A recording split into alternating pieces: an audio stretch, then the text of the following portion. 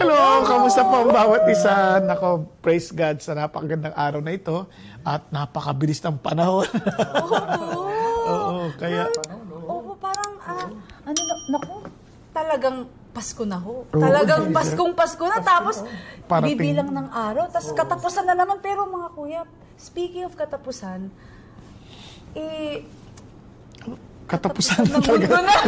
Katapusan ng mundo. Kasi parang ang bilis po ng araw.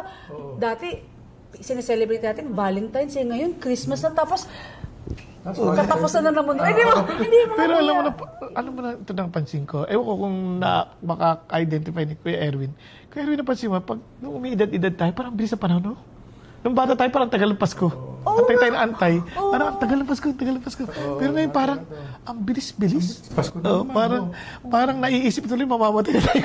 Uy, huwag naman ho. Grabe naman. Hindi, pero alam mo bakit? Kaya ko nabanggit yan. Kasi, when it comes to Christmas, alam mo ba, tama rin si Stephen Covey when he said, always begin with the end in mind. Now, yung Pasko, if you, kung iisipin mo mabuti, bakit may Pasko? Then try to understand yung reason ng Pasko by thinking or focusing on the end in mind. Ayan. Di ba? Parang ganyan, no? Kasi may dahilan yan eh. Hindi naman yan parang, pinagplanuhan yan before the foundation of the world na may Pasko. Oo. Ang tanong, maganda ho ba yung ending? Nakakatakot naman ho yan. Always begin with the end in mind. Tama yan. Kaya January 1 pa lang, inisip ko na kung ano yung regalo ko sa Pasko. Sa Pasko. Wow, ang advance. Thank you, Erwin. May special, di ba? Hindi pa nagsisimula yung regaluhan. Iniisip niya, January 1, hindi regaluhan na tayo. Pero yung... hindi daw. Hindi, ang point lang doon, pag may beginning, may end. Kasi si God lang ang without beginning, without end. Yeah. May umpisa, meron din katapusan. Yeah. And minsan, pag may katapusan, may kalungkutan no? Pag mag-e-end na, parang, magtatapos na lahat ng bagay. Now, hindi natin pinag-usapan yun, magtatapos na yung payo kapatid. Ang idea, una-una, let's go back. Bakit may Pasko? Oo nga po, bakit may Pasko? Ayan. Parang may aguinaldo. May regalo. Diba? Kasi ang unang bagay na maintindihan natin, yung pangako ng Diyos na tagapagligtas. Prophesied na yan mula pa sa simula. Tingnan mo, sa Genesis 3. Ano lang natin, gusto ko lang balikan lang natin ito. Sa Genesis 3, sinabi na kaagad ng Panginoon, nung nahulog yung tao, nahulog yung tao sa kasalanan. Ito sabi niya. Sabi sa verse 11, kasi hinahanap sila ni Lord in the coolness of the day. Sabi niya, nasaan kayo, Adan and Eva? Hindi dahil sa hindi alam ni Lord kung saan sila. But they were being given a chance somehow para sabihin kay Lord anong ginagawa nila. No? And sabi, and they heard the sound of the Lord, verse 8, God walking in the garden in the cool of the day, and the man and his wife hid themselves from the presence of the Lord God among the trees of the garden. Then the Lord God called to the man and said to him, where are you? Di ba? Kasi doon enjoy nila siguro kasi the Lord provided si Eve. Ibinigay niya si Eve kay Adan. Excited siya. Sabi niya, wow! This is my flesh of my flesh, bone of my bones. Ang saya-saya niya. Di ba? Tapos, kung kumbaga, every time makikita mo si God, yung presence niya, it gives you joy. Wow. Ang problema dito, bigla siyang natakot. Sabi niya, saan ka? Sabi niya, sabi ni Adan, I heard the sound of you in the garden, and I was afraid because I was naked, so I hid myself. Di ba? Tapos sabi ni Lord, who told you that you were naked? Kasi di ba, hindi man nila alam na naked sila. To them, it's not natural kasi hindi sila conscious sa sarili nila. But when they disobeyed God, naging self-conscious na sila.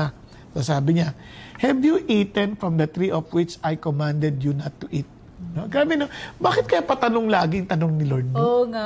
Parang sabi niya, gusto ko manggaling sa inyo eh. Di ba? No? Parang gusto ko manggaling sa inyo. Baka sakali, aminin niyo naman, take responsibility of your mistake. Baka, di ba ganun tayo, di ba? Kasi hindi tayo nagsisisi, hindi tayo maayos eh. Pero tanong po mga kuya, tinanong ni Lord, pero alam po ba ni Lord yung ginawa? Nakita po ba ni Lord lahat ng nangyari? Of course, alam niya. Wala naman sorpresa sa kanya, di ba? Binibigyan lang yung pagkakataon na silang magkusa na umamin. Yes, oo. Kaya makikita mo yung heart ng, di ba pag tatay, minsan alam mo naman, kaya lang gusto mo manggaling sa kanila para maging responsable sila. Pero anong nangyari, ganito? The man said, tinan niyo ang pangyayari. Dito mo makikita yung nature na natin nung dahil nahulog na tayo. The woman whom you gave to be with me, she gave me from the tree and I ate. So, anong sinasabi niya? Parang sinisisi niya pa si God, no? Yung babaeng binigay mo. O, di ba? Siya ho talaga sa akin nagtulak kumain, kaya kumain ako eh. Kasalanan ng babae. Oo, kasalanan ng babae. Tapos ito nakakatawa. Then the Lord God said to the woman, what is this you have done? Sabi niya. And the woman said, tinan mo yung babae, hindi rin umamit. Hindi naman umamit yung babae. The serpent deceived me and I ate. Sinisisi naman lang yung ahas, di ba? Blame game. Parang, yes. They're fixing the blame, di ba? Instead of, parang admitting yung kalang pagkakamali, parang baligtad. Parang sinisisi nila lahat si God. Ikaw gumawa ng serpent, ikaw gumawa ng babae. ikaw talaga may kasalanan lahat nito eh. Hanggang ngayon, ganyan pa rin iisip natin, di ba? Bakit kasi kinait pa ni God yung puno dyan, di ba? Bakit ba kasi meron pa? Kasi gusto ba niya tayong maging bagsak? Same question. Hindi naman nagbago yan eh, di ba? Ngayon, hindi totoong gusto ng Diyos na bagsak tayo. Sa akin lang, kahit simple lang din yung argument eh. God made us ruler of this world. But for you to keep on being reminded na hindi tayo yung Diyos, kundi si God. He owns everything. Tama lang na parang siya pa rin magdidetermine ng what is good and what is evil. Hindi tayo. Kaya sabi niya, itong puno na to will make you decide whether you will discern for yourself yung good or evil o magtitiwala kay sa akin. And the mere fact na nagtiwala sila kay Satan, di ba? Nagtiwala sila sa kasinungalingan na yon. Kaya you shall be like God. Kasi ganito yan. Like ginagamit itong illustration. Halimbawa, nakatira si Kuya Erwin sa bahay namin. Kuya Bong, doon muna ako titira sa inyo. Oh, sige po. Lahat ng facility, kasi wala naman kami, you can use. Isa lang pakiusap ko, wag niyong gagalawin. Ano yun? Yung rep. Wow! Sa lahat ba naman yung ref talaga? Ano ba yan? Huwag mo gagawin yung ref. Ngayon, pag ginalaw mo yung ref, parang equal na tayo. Kasi parang pinakailaman mo na lahat eh. Just to remind you na ako pa rin may-ari ng bahay, huwag mo galawin yung ref. So, ganun din dito, di ba? Huwag mo galawin yung puno na yan of knowing good and evil. Kasi parang sinasabi mo, pareho lang tayo, equal lang tayo. Ikaw rin ang may-ari ng lahat. Or siya yung masusunod, hindi yung may-ari talaga ng bahay. So, palusot ni Adam, binuksan yung rep para linisin. Kinain yun ang laman. Hindi kasi makapanis na ho, kaya kinain. Kinain. Then, ito na. The serpent deceived me. Then the Lord God said to the serpent, because you have done this, cursed are you more than all cattle. Cattle pala siya, no? Nakatayo pala siya, no? Sabi, and more than every beast of the field. On your belly you will go, and dust you will eat all the days of your life. Grabe isang pa, no? Ito yung pinakabigat. And I will put enmity between you and the woman, between your seed and her seed. He shall bruise you on the head. Pansin mo, naging hina, no? Hindi to si Eve, hindi yung babae, kundi yung seed. Her seed. Hindi seeds. Her seed. Specific seed. He shall bruise you on the head and you shall bruise him on the heel. Diba? Kaya, ang sinasabi niya dito, parang dito pa lang pinangako na ng Lord yung magiging Savior. Dito pa lang sa Genesis. Sa Genesis. At ang mabigat dito, seed of the woman. Kasi lahat ng tao, seed of the woman and seed of the man. Diba? Ito, woman lang. Yun ang dahilan kung bakit Jesus Christ was born of a virgin. Seed lang ng babae, walang seed ng lalaki. Kasi kailangan walang sin, walang nature ng sin. Diba? Para malaman mo na itong si Jesus, siya lang ang pwedeng magligtas sa atin. Wow. Yun ang Pasko, di ba? Isa, parang born of a virgin. Di ba? Walang lalaki. Walang involvement ng lalaki. Si God, kinabit si si Mary. Amazing, no? Galing. Nakakonect yan dyan. Yung Pasko, ibig sabihin, planado na ng Diyos yun nung nagkasala sila. Ganun ho. Biro mo dito pa lang, nahulog pa lang yung babae. May solusyon na kagad si God. Ang galing ni God. Oo. Sa bawat problema, may solusyon. Ganun ba? Oo. Kaya hindi siya surprised eh. Hindi siya surprised kasi alam niya na lahat eh. Kaya lang, tayo ang hindi natin alam. Grabe, no? Kaya may Pasko. Praise God, may Doon Pasko. simula, di ba? Merry So, Christmas. ngayon, bakit? Ano ba ang magiging, kumbaga, consequence kung walang death ni Christ o walang pagdating ni Jesus? Apo. Kung hindi siya naipanganak, hindi siya namatay sa krus ng Kalbaryo, ano ba magiging effect? Di ba? Yun ang malaking tanong eh. Tanong mo ha, sa 1 Corinthians 15, sorry ha, tuntua ako kasi nung tinitingnan ko to, sabi ng Panginoon na maliwanag, sabi niya rito sabi niya sa verse 17, if Christ has not been raised, hindi siya nabuhay magmuli, your faith is worthless. You are still in your sins. So, ano ibig na you're still in your sins? Di ibig sabihin, yung consequence ng sin, hindi naalis sa'yo. Andun pa rin yun. Di ba? Ano ba yung consequence ng sin? Ito yung, pag sinabi mong end times, yung ini-expect natin, mayroong final judgment na lahat tayo i-judge na ng Lord. Tapos, yung pumasa, doon sa, kumbaga, na-absuelto, yun yung magiging, parang simulain. Yung end times para sa mga hindi na-absuelto. Pero sa mga na-absuelto, parang may panimula sila. Okay. Kaya nga yung end times, parang graduation sa atin, di ba? Yung commencement of something new.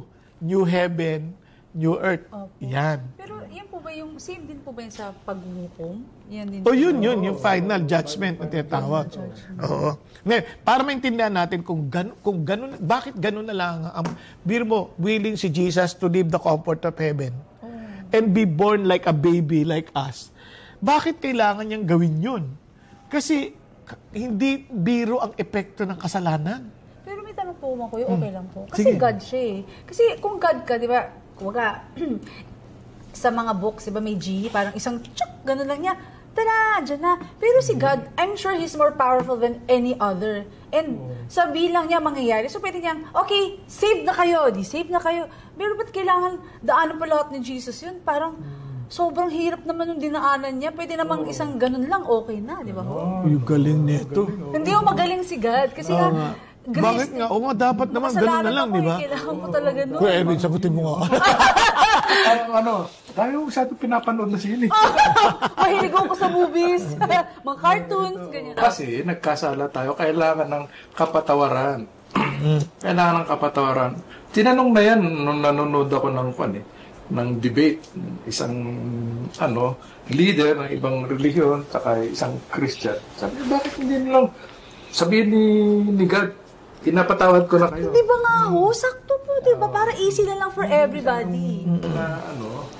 Natumbok nung Christian. Pero ang sagot ko dyan, bakit kailangan pa magpunta? Kasi magpunta dito, mamatay. Kasi ang kapatawaran, may kabayaran yan eh. Hindi naman pwedeng papatawarin kita. Hindi, may magbabayad yan eh. Kunyari, ako nangutang sa'yo. Tapos sinasabi mo sa akin, pinapatawad na kita sa utang mo. Kaso may utang pa rin, bayaran niyo. Oo, may pera eh. Sino nagbayad ng pera na yun? Sino umako ng halaga na yun? Ako. Ikaw, yung nagpatawad. Nagpatawad. May kabayaran. Ano ba yung utang natin? Yun ang tanong eh. Balik tayo sa Genesis 2. Para Balik makita po tayo natin. sa Old Testament. Genesis 2. Doon ba nagsimula lahat eh? Sabi dito, Then the Lord God took the man and put him into the Garden of Eden to cultivate and keep it. The Lord God commanded the man, saying, From any tree of the garden, you may eat freely. So, ang dami naman puno yan, di ba? Pero you're free to eat anything. Hindi naman swapang iba kasi, ba't naman kasi pinagbawal pa yun? Ano ka ba naman? Sa dami naman ng puno yan eh. Yung isa lang na yun, ano mo isipin mo, ang dami natin prutas na hindi alam sa mundo. Pero available. Saging pa lang, dami-dami. May saging na latundan, lakatan, di ba? Senyorita, senyorito. Di ba? Ay, kulang ko, meron pang banana cue. Ano? Ayan. Yun pa lang, saging pa lang yun, ha? Paano pa yung iba? Yung nga, may dragon fruit, di ba? Kumbaga, ang dami-daming prutas para pagdiskatahan mo pa yung iisang yun. Sabi ni Lord, ito sabi niya, but, from the tree of the knowledge of good and evil, you shall not eat. For in the day you eat from it, you will surely die. So, anong kabayaran ng kasalanan? Kamatayan. Yung death. Kaya for the wages of sin is death. Di ba? Kaya, anong kailangan kabayaran? Because God is a God of justice. Death. Kaya sabi ni God, without the shedding of blood, there is no remission of sin. Oo. Ngayon, sa bansa ng Israel, hindi lang basta-basta. Kasi yung sa bansa ng Israel nung araw, mag-o-offer ka, mag-aalay ka ng bull. Lupa. Oo, kaya pero may requirement yun. Dapat blameless. Dapat walang sugat, walang perfect. Perfect. Unblemished. Unblemished. Malinis. Kaya yun ang kailangan. Para mapatawad ng kasalanan natin, kailangan perfect man. Yun, temporary lang yun. Kung tinatakpan niya lang yung kasalanan. Sa Old Testament. Sa Old Testament. Pero ang solusyon ni God, yung mismong priest, high priest, si Jesus, at mismong dugo niya ang i-offer para once and for all. Makikita niyo sa Hebrews chapter 10. Yan diba? Para once and for all, ginawa niya na. Ayun. Ano ba yung death na yun? Eternal death. Now, anong paraan para mabayaran yan? Parang ganito. Halimbawa, ang utang mo 100 million. Naku, sa galit ni Kuya, dollars ha? Sa galit ni Kuya Erwin na pinagkakautangan mo, pag di ka daw nagbayad, papapatay ka niya. Ay, grabe, pero marami hong nangyaring ganyan. Parang diba? So, ano kabayaran mo? Death. Ngayon, nalaman ko, halimbawa, dahil kaibigan kita. Kasi para tayong magkasama. Puno ka, saging ako. Puno, saging. Halimbawa, naawa ako. Sabi ko, Mare, totoo ba yan? May utang ka ba na ganyan? Ang problema, wala naman ako 100 million dollars. Kung kahit gusto man kitang tulungan, ang pera ko lang, wala pa nga 1 million. Paano kita matutulungan? Di ba? Wala pang $1 million. Paano yun? Di ba? So, wala ka ng pag-asa. Sino lang pwede mo tumulong sa'yo? Someone who has $100 million. Yung isa na makakahanap nun. Yun ang tanong. Saan ka makakahanap? At magmamalasakit na akuin yun. Di ba? Halimbawa, si Bill Gates, sabi niya. Wow. Okay. Si Elon Musk na lang. Elon Musk na lang. Di ba? Bilyonaryo. Nalaman, nanood ng Payong Kapatid. Meron pang translator na bless sa'yo. Biglang sabi, babayaran ko na lang yung utang niya. Utang mo. 100 million. So maniniwala ka. Bakit? Kasi kaya niya. 100 million, kaya niya.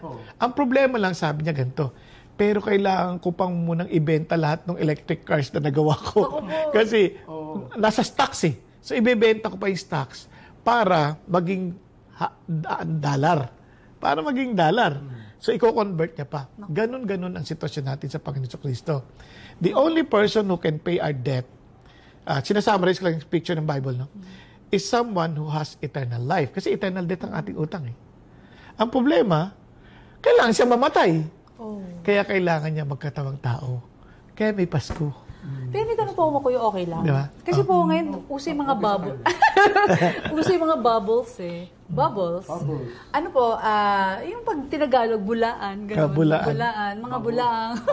Pero gano'n, whatever. Pero hindi mga kuya, kasi marami nakiklaim na sila si Jesus, o sila si God, gano'n. So, pero mga kuya, kasi total end times naman, gano'n. How would I know na hindi sila talaga yung mali kiniklaim nila at si Jesus talaga yung tamang ang nakiklaim na siya talaga. Kasi marami nakiklaim. Ako naman, sasagutin ko lang, no? Based sa Bible. No? Tingnan niyo sa 1 Corinthians 15 ulit. Meron kang, binanggit si Paul dito, now I make known to you, brethren, the gospel which I preach to you, which you also received, in which also you stand, by which also you are saved, if you hold fast the word which I preach to you, unless you believe in vain. Maliban hindi totoo, di useless na. But, I delivered to you as of first importance, which what I also received, that Christ died for our sins according to the Scriptures. So, importante yun. Ibig sabihin, based na sa pangako ng Lord Jesus sa Old Testament, according to the Scriptures. And that He was buried, and that was raised on the third day according to the Scriptures. Ayun. Kunyari, someone's claiming na siya si Kristo, hindi siya namatay according to the Scriptures sa cross. Di ba? Silya electrica. Malabo na. Hindi yan. Hindi pwede. Hindi pwede. Tapos, He was buried. Pag kinremate, di pwede. Okay, buried. Alimawa lang. Okay, And raised on the third day, according to the Scripture. Nabuhay magbuli on the third day. Nabuhay on the 10th day, hindi pwede. Lang, clinically dead lang yun. Kaya na-revive, parang comatose lang. Nabuhay on, kaya third day, kailangan according to the Scripture. Sakto po yan. Di ba? Ngayon, siya lang talaga nabuhay on the third day. Di ba? Doon pa lang alam mo, totoo siya. Kaya if Christ has not been raised, our faith is worthless. Kaya yung mga nagpapanggap na sila yung Kristo, ang test doon, paano ka namatay? At hindi lang yun. Pag tiningnan mo yung John 1:45, sabi ni Philip kay Nathanael, we have found Him whom Moses and the prophets wrote about, referring to a person. He is the son of Joseph, Jesus, the son of Joseph from Nazareth. So, hindi yun from Pampanga, hindi from whatever. Kailangan son of Joseph. Tsaka from Nazareth. Kasi he will be called Nazarene. Di ba? So, doon pa lang, maintindihan mo, may scripture basis Tama. Hindi pwedeng kahit sino magpanggap. Ang galing. Kaya according to the scripture. Kaya nga, pati yung kapanganakan ni Kristo ng Pasko, although hindi December 25 sigurado ko. It's traditional, lang yun, parang celebration. Pero for sure hindi yun December 25. Pero the idea is He became human. According to the scripture, dapat virgin birth. Yun, isa pa ho. Imposible. Grabe. Dapat according, nasa lineage ni Abraham and lineage ni David. Hindi ho Pilipino yun Hindi pa pwede. Kasi kung hindi sa linya ni Abraham, hindi sa linya ni David, hindi pa pwede. Hindi rin yan, Meksikano. Hindi pa pwede. Kaya kailangan, kaya nga, yung genealogy, importante yon. Son of Abraham, son of David. Importante yon. So, kailangan mag-fit po sa criteria ng scriptures. Yes, of course. Kasi pangako yun Hindi naman yun planado, pati timing.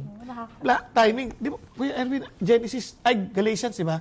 Tingnan mo, sa Galatians 4:4. But when the fullness of time came, God sent forth His Son, born of a woman, born under the law, so that He might redeem those who were under the law, that we might receive the adoption as sons. Because you are sons, God sent forth the Spirit of His Son into our hearts, crying, Abba, Father.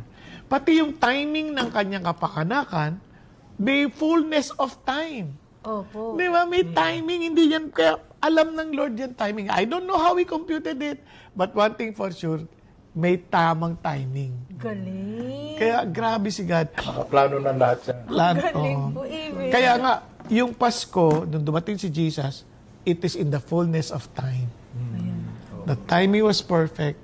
Talagang si Lord lang nakakaalam. Di ba? Baga sa prutas, hinog na hinog. Hinog na. Di ba? So, kaya nga, bakit? Yun ang papaliwanag ko sa susunod na nating tagpo ni Kuya Erwin. Kasi medyo bitin tayo sa oras. Part 2, Pero at least, alam na natin, kaya pala may Pasko. Kasi God wants to save us from where? From death. Galing. Di ba? From the punishment. And yung punishment na yun, hindi biro yun. Kaya nga, God willing, kung ma-discuss natin sa next episode, ano ba yung punishment na yun? Ano bang klaseng death yun? Pag namatay ka ba, okay na? Yan, di ba? Kaya again, we are to celebrate. Why? Because Jesus Christ came as He promised.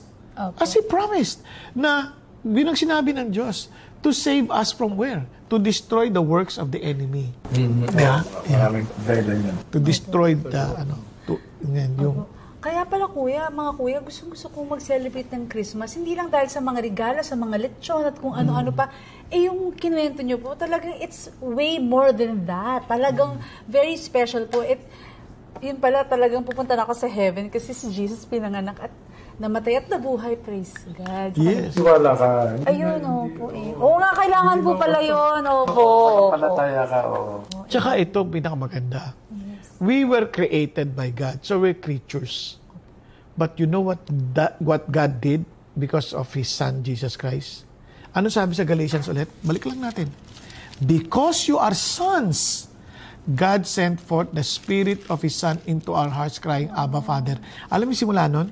Sabi dito, so that He might redeem those who were under the law, that we might receive the adoption sa sons. Wow. Ay, may papaliwanag si Kuya Erwin. Kuya Erwin, paano bang adoption sa Roman law? Adoption. Iba. Ibang adoption, hindi. Mamimili ka, i-adapt mo. Once you adapt din, sa'yo na yun, sa kanila, an adopted child can never be disowned. Disowned.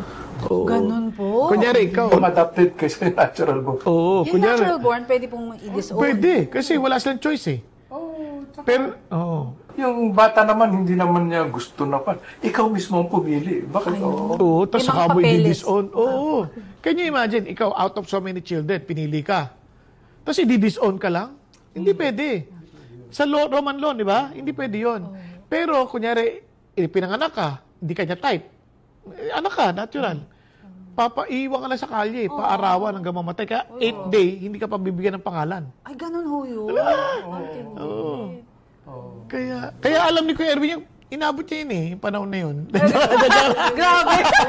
Biro lang. May mga tao dyan, o yung mga bata, lumalaking bata, na nalulungkot dahil ampun lang sila. Ang gusto kong sabihin sa kanila, huwag kayo malungkot. Dapat na matuwa kayo eh. Yes. Kasi mas, mas matindi yung inyong relasyon sa inyong magulang. Yeah. Handpick talaga. Alam, lalo ko yung kaibigan ko si Kuya Manny, sabi niya sa akin, alam mo, pagka ikaw ay pinanganak, galing ka sa sinapupunan.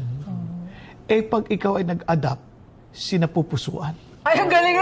Bago yung sinapupusuan. Ganda. Sabi ko, nga, hindi siya. Kasi kung sinapupunan, wala kang choice na ipanganak mo eh. Yung sinapupusuan, naku, pinili mo out of so many. Kaya tayo adopted sons na out of so many, He bought us with a price. Ibig sabihin mga kuya, hindi lang tayo in-adopt, but with the price pa? Kasi yun ang adoption eh. Ay, yun po ba yun? Yung pareho lang po. Binili si Kuya Bong, 100 million. Wow! Ako, 1 million lang. Wow, ang mahal. Hindi, we were bought with the precious blood of Jesus Christ. Wow. Kaya nga, ang ginamit ni Paul, adopted as sons, para to show us, hindi ka pinagpilian ka, tsaka talagang, pinili ka talaga. Tsaka, hindi ka pinagpilian. Pinili ka at binili ka. At hindi lang yun, hindi ka pwedeng itaboy. So, ganun po tayo ka-valuable sa mata ng Panginoon? Amen. Wow. At dahil po dyan, hingan ko na po kayo. Kaya talagang let's celebrate Christmas, not the date, but the fact na dumating si Jesus as promised. So, pwede po yung Christmas parang everyday naman ho, no? Oo naman. So pwede ko na po kayo hingan na regalo ngayon. Ang Christmas naman, nothing to do with the gift eh. Wala. Ang isang gift lang, si Jesus ang gift coming from heaven. Ikaw talaga. Pero merong magandang paliwanag sa akin kay Erwin kanina tungkol sa wise men. Kung bakit we can celebrate anytime ang Christmas. Kuya Erwin, explain mo nga ulit. Kasi dumating yung wise men, hindi na sanggol si Jesus eh. Mga 2 years old na siya. Medyo toddler na. Ay, tama po ba? Hindi naman birthday ni Jesus yung panahon na yun. Basta dumating din sa araw, designated ni God. So, sa akin, ang takeaway ko dyan is, you can celebrate the birthday of the birth of Christ, the coming of Jesus. Any day. Not the day. Oo. Every day is Christmas. Wow. Galing. At dahil po dyan, everyday is Christmas. Mga ngaroling na ako sa mga kuya. Pero words of encouragement. Okay. Ayan. So mga kuya, kumbaga, end times, Christmas, mga kuya. End times. Okay. Anyway, ang Christmas kasi, ang naalala ko sa Christmas, yung pinaka-popular na verse sa Bible, for God so loved the world that He gave His only begotten Son. Amen. Whoever believes in Him shall not perish, but have everlasting life. Doon, ang tinitignan kong salita doon, yung love, ibig sabihin, yung pagdating na Hesus Kristo dito, kapanakan niya, ay yun ang pagpapatunay na talagang lubos-lubos ang pagmamahal ng Diyos sa atin. So yun lang sa akin. Tuwing maalala ko yan, ay love pala ako ni God. So sa akin, na yan, it's a good reason para mag-celebrate. Natuwa ka na. Amen. Amen. Great. Thank you po. Great. Now, alam po ninyo, ito po isang bagay na napaka-importante. Pagdating ng Pasko, ang dami nag-aalala, ang daming abala, di ba? Nag-iisip ng regalo, ang bigat ng daloy ng trapiko, tapos bukod pa doon sa maghahanda, ang daming nagmamahal ng mga biliin. Minsan, sa halip na maging masaya tayo at pagdiwang, nagiging pabigat sa atin ang araw ng Pasko. Kasi nakakalimutan natin yung pinakadiwa nito, na tayo po ay biniyayaan ng Diyos ng kanyang anak upang iligtas tayo sa ating pagkakasala, iligtas tayo sa kabayaran ng kasalanan na kamatayan, dahil siya mismo ay naparito, hindi lamang para mabuhay, kundi para mamatay para sa atin. Kaya nga ang Pasko ay isang malaking pagdiriwang para sa atin, hindi yung petsa, katulad ng sabi ni Erwin kanina, kundi yung dahilan na siya'y narito at upang tayo iligtas. At itong maganda, kung mapapansin nyo, hindi siya naparito na Diyos, hari ng mga hari, na talagang ang lakas ng tinig mo, pagsisi na kayo, hindi. Naparito siya dito bilang isang sanggol. Bakit? Hindi para takutin tayo, kundi para tayo maakit at sabihin, kailangan natin ng Diyos. Kasi ang sanggol, parang nakakaakit yan, parang napaka-helpless and yet very powerful. Na talagang lahat tayo nag-a-adjust sa sanggol. Di ba? Kaya naman, pinapaalala sa atin ng Diyos, hindi siya naparito para takutin tayo. Naparito siya para sabihin sa atin na andito na ang ating pag-asa at kaligtasan. Sana wag nating hayaan lumipas na naman ang Pasko na hindi natin na-enjoy yung kaligtasang ibinibigay ng Diyos sa atin, na si Jesus Christ ang pag-asa natin sa kawalang hanggan. Amen! Yay! Grabe, nakakabala sa ating mga kuya. Kaya talaga ngayon pa lang, feel ko na Pasko na talaga. Kaya ito po, lalo na po ito, tagline. Ito, kumpletong tagline, mga kapatid! Kahit ano man ang nagiging kapanahunan natin sa araw ng Kapaskuhan, umulan man, umaraw, bumagyo! kung kailangan po ninyo ng payong, andito po ang Payong Kapatid!